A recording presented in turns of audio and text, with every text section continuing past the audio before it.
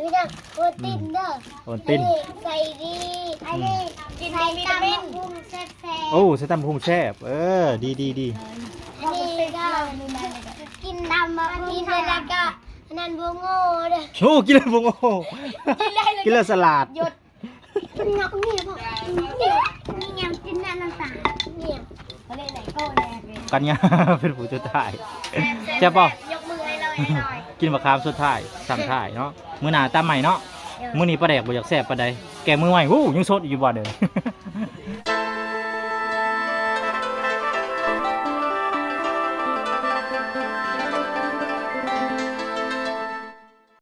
เอาบาดนี้ต่อ EP ที่2พี่น้องบาดสวัสดีน้องลินดาโอ้ยมีด ยันมีดเอาไม่เอามีดพร้อมเนาะนี่สวัสดีทางป่าเพิ่นตกใจน้ำมีด เดี๋ยวไปเดี๋ยวไอ้ตักอันนี้ แล้วพี่ร้อยพี่น้องยำบาดนี้เนาะ อันนี้เกี่ยว ตำเลยพี่น้องบาดนี้จังได้อุปกรณ์เฮาครบบ่อุปกรณ์เฮานี่ เอาผ่าน จะตกใจเท่านี้ ใจสะอาด พริกก็มีแล้วพี่น้องบาดนี้เครื่องครบเครื่องบาดนี้เอาแบบใดเอาแบบเผ็ดบ่หรือแบบธรรมดา เผ็ดที่สุดในโลก บ้าโถเผ็ดสุดในโลกบาดนี้กกหูแดงกับคักบาดนี้เนาะ พริกนี่ก็เผ็ดเด็กไอ้น้อย พริกนี่บ่ ถึง เผ็ด ใส่หมดตัวนี้ก็เผ็ด ก็คือหูบ่มีมาพริกจินดาเนาะ กินแล้วไอ้น้อย มาพริกจินดาบ่มี แกงน้ำมันสุดนั้นใส่พริกเบิดอันนี้ก็ยังบ่เผ็ด มาพริกนี่มันจากนั่นเขาใส่แต่แกงพวกนี้มาพริกจินดาผู้มันเข้ากัน พริกจินดาเลยได้ มันบ่มีบ่ พริกจินดาเรื่องเกิดดิ มาพริกแดงๆหน่อยได้ลูกล่ะแดงๆใหญ่ เปรี้ยวหลักด้วยมีมบ่เปรี้ยวหลักบ่ตำมันนั่นมาเค็กอันนั้นพริกตัวนี้ไว้หน่อย ๆยาแล้วเอาตัวนี้เอา มาคิดดูคิดเยอะสุดกระดังจินดาเลยยกกระดังนี่จินดาแล้วก็ได้เปรี้ยวดาวชื่อ พอละที่สำนี้เนาะสิเพชรอันแก้ให้เลยเอามีดปาดหัวมันปัด เผ็ดดอกไอ้น้องกินว่าเผ็ดกินหน่อยน้องๆที่ไฮ แม่น ว่าความจริง มาตอนนี้กำลังลงมือพี่น้องเอ้ยเอาเพชรบ่น้องกันไง บ่เพชรธรรมดาเนาะเจ้าเด้นางน้อยฮะบ่เพชรเนาะใส่ตามอายุหรือไปได้ เก็บเอาอีกหน่อยหนึ่งเนาะมังหนึ่งให้อีกมังหนึ่งพ่อทำนี่พอดีแหละทำนี่เนาะ ค่าได้เนี่ยไอ้น้อยเลยค่ะ ฮะ อัน เดี๋ยวเจ้าขายปลาแดกดูโฆษณาปลาแดก เจ้าโฆษณาปลาแดกโฆษณาโอตินก็ได้เอาซ้ำมันอายตำแล้ว นั่งลงนั่งดี เดี๋ยวสิตำทา นี่นะโปรตีนเด้อ โอติน ใส่ดีอันนี้กินวิตามินพุ่งแซ่บ โอ้ใส่ตำพุงแซ่บดีอันนี้ก็กินดำมากินแล้วก็นั่นบัวโง่เด้อ โอ้กินแล้วบุงโอ้กินแล้วสลัด หยดสลัด กินแล้วสลัดกินแล้วบุงโอ้อันตรายขนาด ตลาดนัดเทียมเรียนหนังสือกับเก่ง โอ้สุดยอดแม่นแหละเห็นหนังสือบุกเก่งเอาบ่วงมาให้ไอ้เนี่ย กิน เป็นบ่วงบ่ต้องหัวลูกละ ตำมังหุ่งแซ่บ ตำพุงแซ่บๆเนาะ แต่นาให้ไอ้หน่อย โอเค พวกพูดอะไรบูมาแกะอีเด้อนี่ไงล่ะ กินแล้วบุงโอ้เอาตะพีมาโอ้บ่เอาก็มากะยะมันใหญ่โพด ใหญ่โพดนี่โฆษณาต่อบ่านี่ท่านี้ก็สิตั้มถ่าผมสรุปเอาอีกปองปลาบ่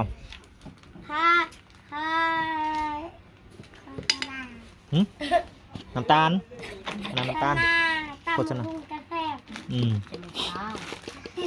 คือฮัตจบคลิปกันนะพี่น้อง โอ้จบไวเถอะ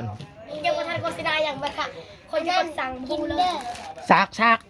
มาคุ้มไม่ได้สั่ง ได้ซากเอามาให้โอเคมันอยู่ใกล้ๆอยู่บ่เอิ่นกันเนาะ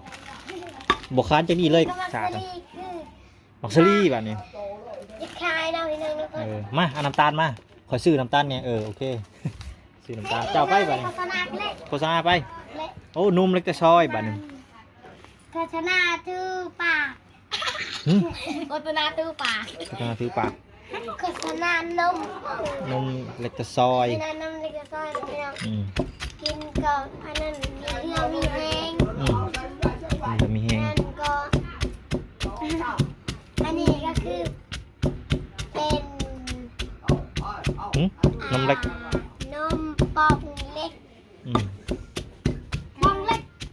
ตำไปนำโฆษณาไปนำพี่น้องเอ้าโฆษณาโฆษณาขนม โฆษณาขนมอันนี้ขนมเบาหวานบอกเด้อ ขนมประวาน ขนมเบาหวานอันนี้โอมันตินหวาน ไอแห้งมาก ไอ้หมัก กินยาโอมันตินกูได้ไปได้กูได้ไอบอกมันยังกินมันใครไอว่าให้กิน ไปไอ้ใหม่กินเนาะ กูได้ไอก็กูได้กูได้นั่นกูได้ไอก็มาต้องกินกูได้ไอก็กินนี่ฮะ ใช่บักเล่นเบิร์ดระบอในโฆษณาแบบนี้ หมดแล้วชนะมุกพริกอีก ชนะพริกเอาจัดไป ชนะมุกดาวอีก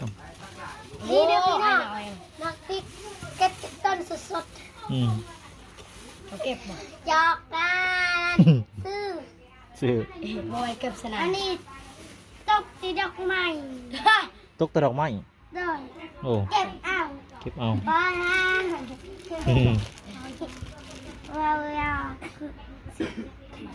วัฒนาวัฒนายังวัฒนายังวัฒนาพวกเรา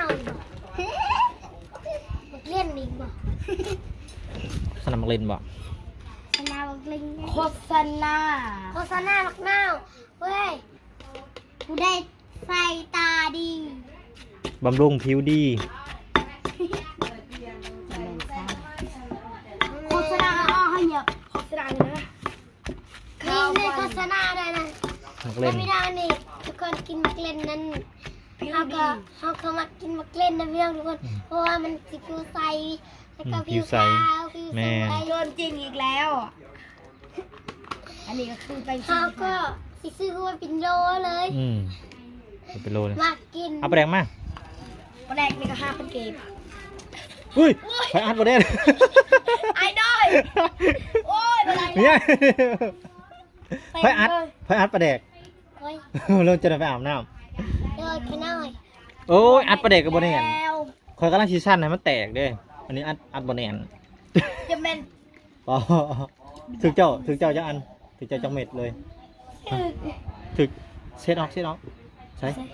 ช้บอลได้เนี่ย บ่มี ก็ได้ว่าถือลายใช่หรอโชคดีแค่นี้ ถึงน้องกัญญานี่แหละถึงเต็มๆ ใช้ถึงบอลได้เจ้าจะถึงบ่ เด็ก ใช่แม่นะนะประเด็กบ่นะแม่นจะบ่ เปลี่ยนเชือก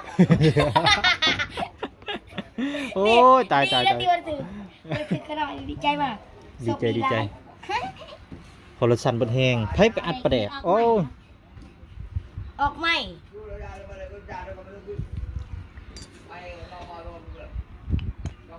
ประเด็กสูตรได้เด้ ป เนี่ ลาย แดกมือละสมัยไม่ใช่มือไม่ใส่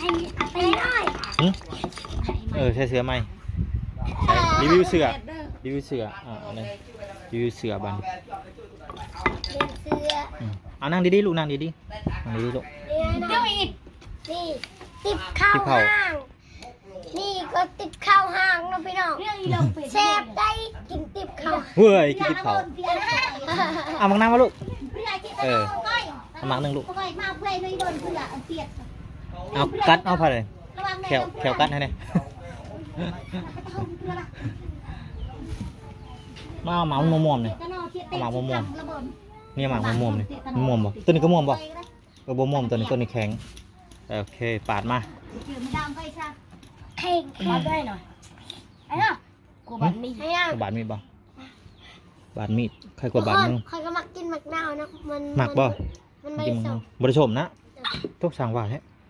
บ่มานะกินเห็ดบ่ บวย บ่ได้ส้มบ่คันส้มสิให้แม่ค้าให้เงินเด้อมานับเด้อไม่ใครสิกินให้เงิน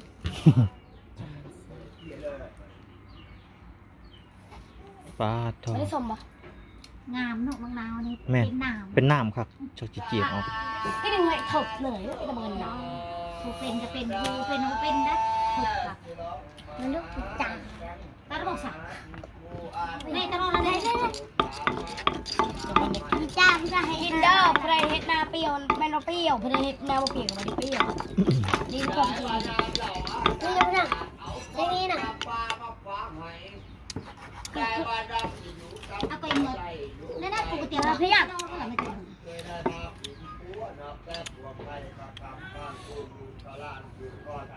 ดิเปรี้ยวแทนนี่น่ะเปรี้ยว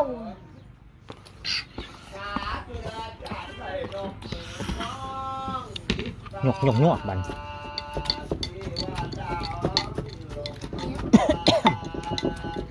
มันงับเนี่ยพ่อเนี่ยนี่ยำกินน้ำตาลเนี่ยเขาเรียกไหนก็แน่เลย น้องๆกินเผ็ดบ่ได้พี่น้องเริ่มบ่ได้ใส่เผ็ด กินเป็ดก็ได้ กินเป็ดก็ได้ อยากเป็นกระเพาะ แม่นอย่ากินกระเพาะกินเผ็ดหลายเป็นกระเพาะ อ้าว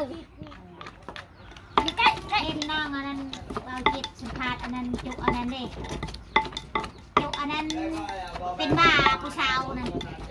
อยู่บ้านกอกหลอกนี่ อืม เสียดายเนาะผู้หญิงมันงามเลยอันนั้นพัว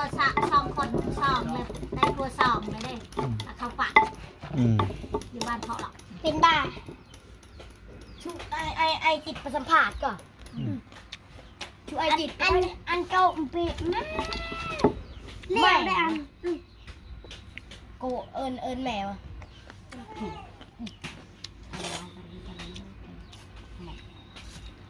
ตามันก้อนมวย อุ้ย คือดำเนาะ ประเดกอะไรนี่ประเดก ดำคือนึกคือยาเลยใช่ไหม ประเดกเป็นน้ำประเดก น้องเล่นน้ำปลาตอนนั้น โอ้เป็นน้ำประเดกว่ะประเดกแบบใด แซ่บไหม จักเลยบุชิมเบิ่งดูฮะ ใส่อะไร บ่พอยังชุบเจ้า หอมขนาดลูก ใช่ป่ะพอยัง พอเป็นนู่น บ่พอเป็นง้อป่ะ ใช่ใช่แล้วเนี่ย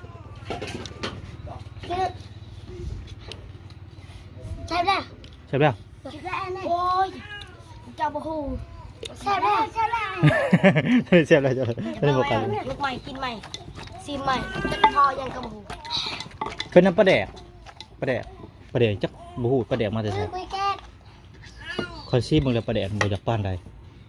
ประเดกบ่แซ่บเป็นน้ำประเดกบ่แซ่บดอกประเดกน้ำปลาดีกว่าเป็นน้ำประเดกบ่แซ่บ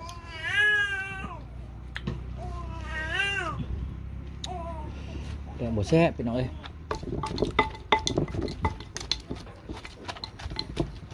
ทางได้อยู่สักนี่ โอ้ตามเลยเนี่ยอย่าต่อ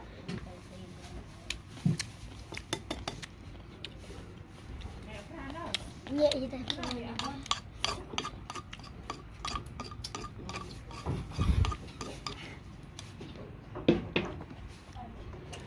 เป็นน้ำประเดกพี่น้องเอ้ยประเดกจุแหลกแปลงมาใส่มันมีหมักทินเนาะหมักกระทินยังว่าใครเนี้ยมากินน้ำกันเนี่ยอ้าวกินบ่ได้แล้วบัดนี้คลำเนาะ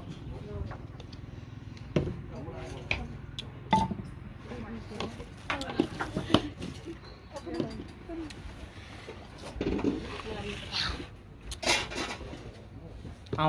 ลงมือบัดไม่ใช้มาจะใช้ไพ่มาจะใช้มาเบิดทุกคน ลูกเชียนโกลูกโกวะ มาบัดนี้โอ้ยพี่น้องมีปลาพร้อมบัดนี้แกงปลาปิ้งปลาแจ่วปลาบ่แม่นแจ่วปลาเนาะนี่แจ่วนั่นตำบักหุ่งปลาอีกเอ้าคนกับคนปลาบัดนี้ มีแต่ปลากับปลามาทางปลาเพิ่นโอ้พี่น้องเอ้ยตำบักหุ่งต้นได้บ่ได้กินนี่เนาะแม่นบ่หลายเดือนเติบแล้วบ่ได้กินตำบักหุ่งพี่น้องเอ้ย ตาหนังเลยเนี่ย อ้าวแม่งอ่ะ คำว่าน ขาบานพ่อเนี่ยเอามาจะใช้ฮะเอามาจะใช้นี่เบิ้งสีเบิ้ง นี่ ลุงกันยัง นี่ มาเดี๋ยวกันมาเด้อทั้งเทิงเบิดทุกคนเด้อยังสีมะขามพอดีมะขามกลางยืบเผาเข้ามาพิมกันอยู่นายมันเอาไว้มุกเด้อเก็บไว้นายมัน เห็ดจาบ้านเตรียมจา กินเมื่อวานเลย มาทางป่ามากินกันมากินน้ำกัน ฮะเอาไปปลานั่นปลาแกงนะ บ่มีพักเนาะมันก็ทิ้งคักเด้ เก็บสิไปเก็บอยู่ใส่มันเอิด เอาทิ้งอึดยามนี่ เอิดงาม ไม่รู้จัก มา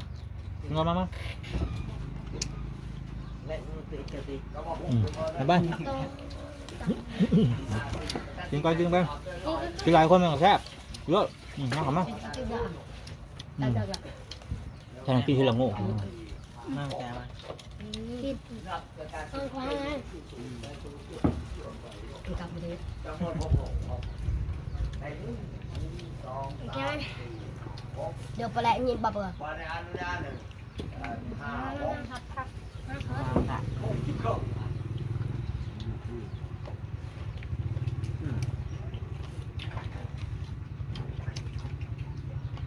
ผมหมักกินหมักเล่นเนาะ กินหมักเล่นได้หนาใสได้ ลืมต้มไข่เนาะ บ่เป็นหยังบ่ละ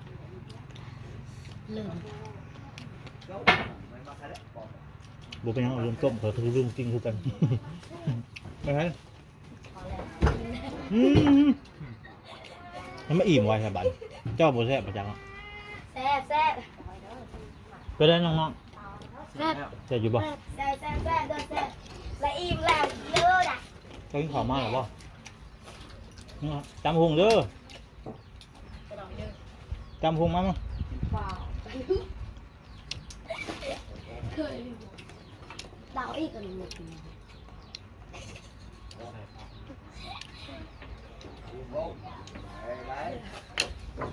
ไปเลย เพชรบอลน้อย เผ็ดหรือบ่เผ็ด เพชรบอกันยาบอก พอดีบ่ เดี๋ยว บ่เผ็ดพอดี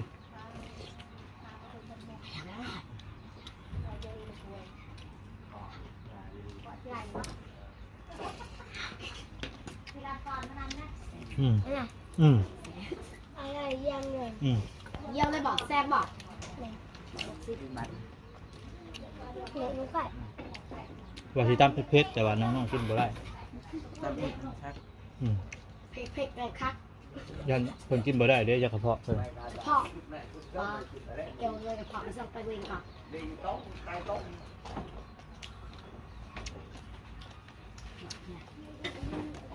นี่ครับ ตักหาลุงได้กัน